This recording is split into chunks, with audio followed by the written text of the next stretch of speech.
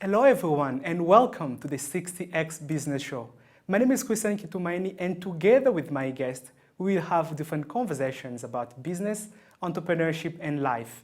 This is the show you've been waiting for. Stay tuned.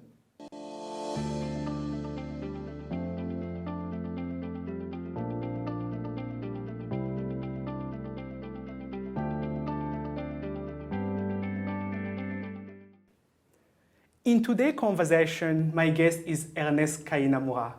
He's the founder and CEO of Hexacom, which is a software development company here in Rwanda, aiming to become the leader of software developments in the country. One of their amazing products is Nocanda app, which some of you know was among the top software downloads on Google Store. And in the conversation, Ernest will tell us more about that. Ernest, welcome to the show. Thank you, Christian. How are you today? Fantastic. How was your day? Oh, fantastic. Wonderful. So how we will dive deeper into the show, you'll be spinning the wheel and we will select a number and from there I will ask you a question. Are you ready? Sure. Over to you.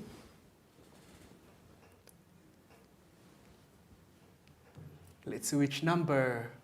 It's between 9 and 10. Can you spin again? Okay. That's an easy one. Number 10.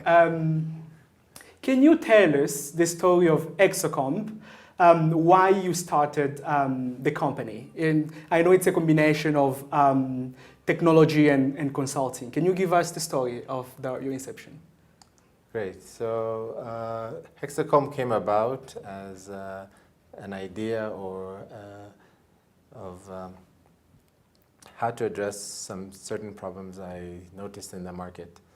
For example, we noticed that yes, we were going into this age of online and digitization, but there were a few companies able to provide these solutions. And as I would just interact in my day-to-day life, whether it's with a government institution or private institution, here in Rwanda, you know, there were different points in that journey where I would come across certain frustrations. Yeah. Just because having lived in US and Europe, where things are more modern and digitized, and I said, we need that here in Rwanda. And with my background in IT, software, and business, I said, okay, this is something I'm passionate about. This is a need in the market that can really improve the lives of Rwandans who live here, as well as other citizens of other countries based in Rwanda. So Hexacom started as a company to develop solutions. Wonderful. That is really amazing from your experience living both in the US and Europe. You came back to Rwanda and you brought that know-how to help the ecosystem in Rwanda thrive. And they spin the wheel for another round of questions, which nobody get this time. They told the drums. Finally, you got 8. Wonderful. And let's talk a little bit about the Nocanda app. Sure. I downloaded the application like a month ago, and it's really making my life easier. I love the application. And what is the long-term plan of the company to continue reaching both excellence and customer satisfaction? Great. Well, I'm happy you downloaded the app, but a month ago, you should have downloaded it 9 months ago. But anyway, it's never too late. We're happy to welcome you to Nocanda. So Nocanda is really just a very simple app that tries to address the different pain points in making transactions. As you know, in Africa, Rwanda, most of the systems, what they call apps, are USSD based. USSD is great because it's offline technology. It works on feature phones, but a majority, a growing amount of people now have a smartphone. Cost of smartphones have come down, and you have essentially a mini computer in your pocket, but you're still going through a key press menu, 1, 2, 3. It's not a good user experience. So with Nocanda, the idea was to leverage both those technologies. It's not to say, okay, you have a smartphone, you should just have these mega apps. Yeah. Because there's also another constraint of internet bandwidth, storage on the device. So we wanted to say, how do we address this issue of that, the poor experience of USSD, the lovely interface of a smartphone app, as well as the thing of intermittent connectivity. Yeah. So we put that together, and that's why Nocanda, we made it as simple as possible, and make sure that any user, whether it's a teenager or grandma, grandpa, can easily use it. And we address the issue of the connectivity issue. It's one of the few apps that can work offline after the initial download. Wonderful. As you've heard from Ernest, Nocanda app makes your life easier, and it helps you do through cashless transaction, do your day-to-day operation. You don't need to cram all those codes and numbers, but the app itself enable you to smoothly do all those, which is pretty amazing. From a user experience perspective, I really recommend, because I'm using the app and it's really a must download one. And I would like to learn and get to know a little bit about your entrepreneurship journey. You used to work back in the US, I guess, Yes. and you moved to Rwanda to come and grow Hexacom. How does it feel being an entrepreneur? Great. Yeah, so my entrepreneurship journey, I mean, I didn't start straight as an entrepreneur. I worked in the corporate world for about 10 years. And after that, my long-term goal was, yes, I want to be an entrepreneur, be my own boss. So I started Hexacom in 2012.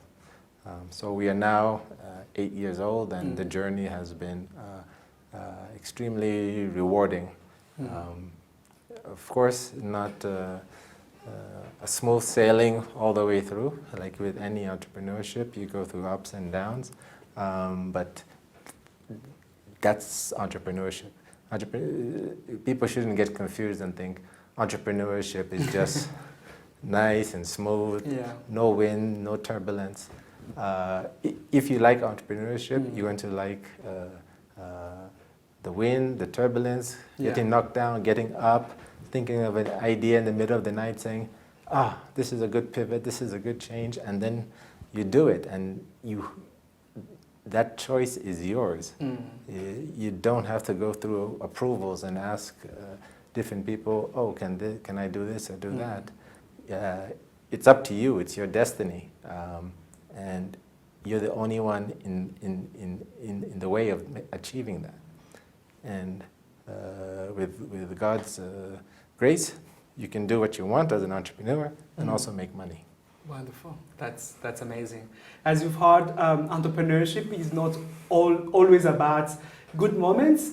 It's a journey with ups and downs. Sometimes you get knocked down. At a time, you get up and you continue the process in the journey. Let's spin the wheel for another round of questions. Which number you'll get this time? That's between 7 and 8 again. Can you spin for another round? All right, let's do the other direction. All right, 13 is your next lucky number. What do you think about e-payments, technology-based solution to help an easy life of Rwandans? Are we there yet, or there's still room for growth and improvements? Great. There's still a lot of room for growth and improvement, because we're still at the very, very early stage of technology adoption, having a basic phone to a smartphone. And that's like the beginning. And then now it's a question of different people and merchants accepting those payments, because that's the big component, that network effect. How many people are using or accepting digital payments? Therefore, it becomes more convenient. Historically, you always needed a check or cash to make a transaction with someone, but now somebody, if you show them your phone and say this message went, I used the Momo Pay from MTN, and they see that message and they say, okay, I trust that the money has been transferred. Yeah. Historically, they'll be like, that's just error in a text. Yeah. That doesn't mean anything, but now you can show that message and they'll say, okay, I'll walk, you can walk away before they get their confirmation even on their phone. So the level of trust in society is growing a lot, and it can only lead to more possibilities in the ecosystem. And that's where companies like Hexacom comes in, is how do we innovate with those different solutions that are coming in by different players, whether it's banks or network operators, etc. Wonderful. That is really amazing. And we've seen in this pandemic a lot of business being affected. Some of them had to lay off their staff. We've seen some of others like their sales really being affected by some of their sales being reduced, and new markets, new contracts being delayed, and it's really affected business badly. In your case, can you tell us how was your business affected, if it was affected, and how are you solving those challenges? Great. So at Hexacom, we try to diversify our income so that we have multiple sources. So for example, software projects usually have a long lead time, either from sourcing the deal, getting the deal, executing the deal. So it's not something that, let's say, a change in the market today, and then tomorrow we see a big drop. There's a 3 to 6 month business development period and execution project. So we are fortunate to have projects that were pre-COVID, and during the COVID we were in the execution phase. And after, let's say, when the economy slowly started to open in September, when those other projects were finished, we were able to get a few more deals here and there. But also that's why we expand to other products. So the Nocanda app is great because it had a great correlation with the pandemic, because cashless was coming more prevalent. People needed to make transactions without physically going somewhere. So we saw a tremendous increase in the adoption of the app. I don't think, had it not been that timing, I don't think we would have seen that tremendous growth that we saw. So during the pandemic, your business was pretty doing well, because everyone needed to use, during the lockdown, everyone was using like cashless payments, where doing online payments, and then that's when you step in as well with your product to ease their life. Correct, right? correct. Awesome. That is really amazing. Really, Thank you. You did really a great job, like making the life of the population. Kudos. Keep up the good work. Thank you. Awesome. And as a business leader, okay, you were able to grow your business till the stage where it is now. What are the things that you've learned in your journey that you've acquired now that you didn't know back then when you started? Great. I think one of the most important things regarding a business and entrepreneurship is understanding the finances, because what I mentor a lot of entrepreneurs, helping them with businesses, and the first thing they say is, oh, I have an idea, I have an idea. But an idea is not a business alone. You have to say, okay, I have an idea, and if I do X, Y, and Z, I'll make money. Just in a very simple perspective. How much can I sell my product or service for? How much is it going to cost me to deliver that? And what is my margin after that? And then, of course, you have to consider taxes. which is the other stakeholder. So many entrepreneurs, young entrepreneurs, they always just think, oh, I did this for 1 million and I sold for 3 million. I made 2 million. I'm going to have 2 million in my pocket. Nope. There's things like taxes, so that you really need to consider that and say, oh, okay, I need to factor that into my cost of goods or my sales. Okay, wonderful. That's really great. And my follow-up question is, I would like to know, how do you ensure both efficiency and reliability of the app? Because we've seen there are some of Rwandans, some of the consumers that are still skeptical about online application, where they can put their money either on the app and the system can go down, or whenever they want to do the transaction, the system doesn't respond. How do you ensure both efficiency and trust from the end consumers? Yeah, so whenever you're building a solution that is used by many people, or many people begin to rely on it, you have to factor into your infrastructure redundancy and anticipate worst case scenario. What happens if too much traffic here? What happens if this goes down? So redundancy says, okay, do I have a backup, or do things happen parallel that if one goes down, the other one is available on standby? Or there's things called recovery time. Depending on the nature of the application, you can say what is an acceptable downtime. So if site A goes down, but I can resume in 3 to 5 minutes another site, that's an acceptable, depending on your application, that's an acceptable downtime. So those are the things we consider, so that depending on the application, the user is not saying, oh my God, I can't use the app, and then they get frustrated, and in this day and age, people are very, have a short attention span. Things have to work. If it doesn't work, you'll see a negative review on your app in the Play Store, and it definitely impacts your app. So one of the reasons we were able to climb to the top is because everything is tracked by Google and Apple. They see how people are downloading your app. If the app is stable, meaning no crashes, does it stay stable? Do people keep opening your app to reuse it and reuse it? And then they check the reviews. So it's a combination of that, stability, reliability, and then the repeat users that says to the algorithm, oh, this app is very good and we want to recommend it to other users on the Play Store. Wonderful. That is really amazing.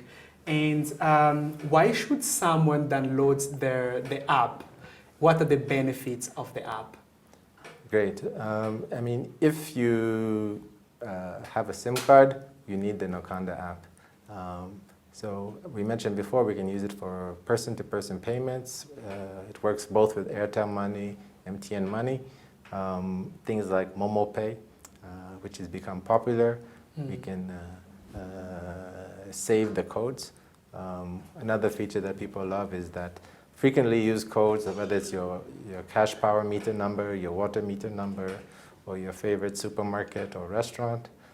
You can have all those codes there saved for the next time you have a need. You simply click the transaction, say, okay, this vendor, this meter number, and you make a payment. It's very simple like that. In addition to the financial transactions, you can check your airtime, buy airtime, learn about the different packs available. So it's really a must-have app if you have a SIM card and a smartphone. Wonderful. That is really great. How many users do you currently have on the platform? Yeah, so we have crossed over 15,000 users, and we're projected to hit in this year over 1 million transactions. Wow, that is really a lot. Are you happy and proud of the milestone that you're able to achieve? Yeah, of course we have to always aim for more, but in an initial year to have that kind of volume and transactions, it's really quite impressive. That means people use the app or rely on the app. Okay, wonderful.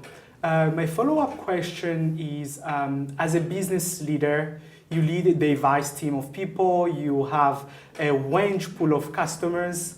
Do you feel pressured with all those responsibilities, with all the bigger number of users on the platform that are on your shoulder as the leader of the organization? Yes, I mean, like you said, we have primarily our business is what we call B2B. So we're doing systems for enterprises, big institutions. So we are the back-end solution. Nocanda is the first solution that's, let's say, business to consumer. So many people are seeing it and they see the Hexacom name next to it. But the other products, there's many applications that we do on behalf of the other companies. They are the face behind the app or the technology, and we are there behind the scenes. So the pressure is really, what is at stake for the end user, the client. And we have to have that appreciation of this is a very important application for that institution. There's a reputational risk, there's financial risk possibly. So that pressure is always there, but I think it's over the time and developing multiple applications, we're able to anticipate things, we're able to have more confidence in solutions and address potential bottlenecks. Wow. And what do you think has contributed to your success to reach this far? I think what's contributed to my success is really just to keep learning. It's never to say, I think I know it all, or I'm an expert in this and that. Though some people say, oh, you're an expert in this, that. No, it means I've tried more times than you. That's the only, that's the only thing that makes me an expert. But continuously learning. It's never about just finishing your degree. I mean, I have a bachelor's degree, I have a master's degree, I have an MBA, but all those things, they last you only so long. And I tell people, because I mentor many young people, they ask, what should I go to school, what should I study? I mean, those schools are great, but essentially what they teach you is how to learn. So you have to be able to learn. And that's what has helped me in my career, is that I'm always ready to learn. Even after school is finished, you have to be willing to learn constantly. Because technology is like that. You might think today is the latest, but tomorrow you're outdated. And that's what I love about technology and entrepreneurship, is that it keeps you on your toes. There's always something interesting, more innovative, and you just have to be willing to learn. Wonderful. As you earn from Ernest, it's so important to learn, continue improving, continue learning new things. In the technology space where they're operating in, you always need to come up with new ideas. You always need to learn to better serve your customers and to still be on top of the markets. And I would like to know about the security and trustability of the app out there, to ensure there is lack of fraud, because people use it to do some online transaction. Do you work by yourself, or you have other partners like banks that you work with to ensure there is strong security on the app? Okay, great. So at the moment, we don't work alone, of course. There's the mobile network operator. So our app actually sits on top of their infrastructure. And fortunately, they have strong teams that develop their infrastructure and the network and security, so that, let's say, a smaller company doesn't need to do the full infrastructure for security. But generally, security, I tell people that it's also something that's constantly evolving, so you have to constantly assess the risk and minimize the risk. Things like minimum access privileges or minimum data collected and stored using encryption, so that the chances of if there's a security incident, it's not a big deal. They say, okay, oh yeah, they got into the room, but they only see numbers 12, 11, 10, 9, and they're like, yeah, we have data, but we don't know what it is. So that's what encryption really helps with. Okay, wonderful.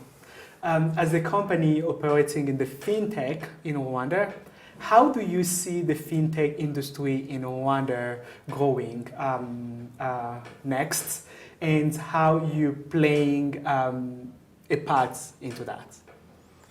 Great. I mean, fintech is growing. I mean, it's not very new. We just put a very nice, sexy name on it. It's essentially financial technology, and that technology has been in the form of silver coins and gold coins. Exchange a cow for a sheep. All those things are different forms of, let's say, a currency or barter. Is a method to exchange one good for another good for a perceived value. But financial technology is about using tools that enable that to happen, let's say, seamlessly. You don't have to physically deliver the cow or the goat and say, okay, now this is there, you own it. There's a digital transaction that happens in between, and both parties say, okay, this has done the settlement, I trust you. I don't need to trust you, but I trust that platform in the middle. I get this notification. I know I can go to the bank or the ATM and withdraw. Wonderful. That is really amazing. And with your platform, it enabled the user to do easily online payments and make their digital transaction. What's the next plan for the app or the business itself? Are you planning to add more functionality, more features to the app to tackle different other needs that you may have seen people are going through? Yes, so one thing I do is I make sure to read every review or comment in the app stores, and from there we get feedback. Initially, when we were reviewing when we were doing our app, we reviewed competitor applications, and one tip I suggest is go read the reviews of the, let's say, potential competitors and see what is it that they're complaining about or those other applications are not meeting, so that when you build those applications, you say, oh, okay. When you build your own solution, you say, I need to address this, I need to address this, and then I will delight that user. So our plan is we've been incorporating feedback from different users. For example, we added a feature, if you borrow money from someone, and he says, okay, I'll send it to you in mobile money. You give him 5,000 in cash, and he sends you 5,000 in mobile money. Okay. But if he has to withdraw it as cash, there's an agent fee. When he goes to the agent, they take out 500 francs. So simple thing in our app, we said, okay, if I want to send Christian exactly that 5,000 that he gave me in cash, we show you what that transaction fee is, and you just click add the transaction fee. You'll now send him 5,250, for example, and it's a clean settlement. Wonderful. That is really amazing. Let me wrap up this conversation with my last question. Who influenced your decision to become an entrepreneur? Do you have someone who inspired you, influenced you to one day start your own venture? I think it's not any one person, but whether it's books that I read, companies I admired, I always try to think of what is the story behind that product. you know, when I was younger, I said, okay, Nike shoes. Oh, I like Nike shoes. But I would think, who is behind that company? I say, okay, it's Phil Knight. What? Oh, wow, what is his story? And you just read about how he went on that journey to build that company, the ups and downs, and you're like, wow, that's quite inspiring. And I just enjoy that inspiration from people I interact with, products I use, and I think, you know, for this to happen, somebody had a role, somebody did something. So I try to read about them, and that inspires me. Wonderful. Thanks a lot for that. We are coming to the end of this conversation, and my guest was Ernest. Thanks a lot for bringing me to the show. Thank you for having me, Christian. Awesome. The conversation continues on social media using the hashtag 60xbusiness. Till next time, remember to wear your mask and wash your hands. Feel free to tag me. My handle is at Kitumaini, and I see you down the road.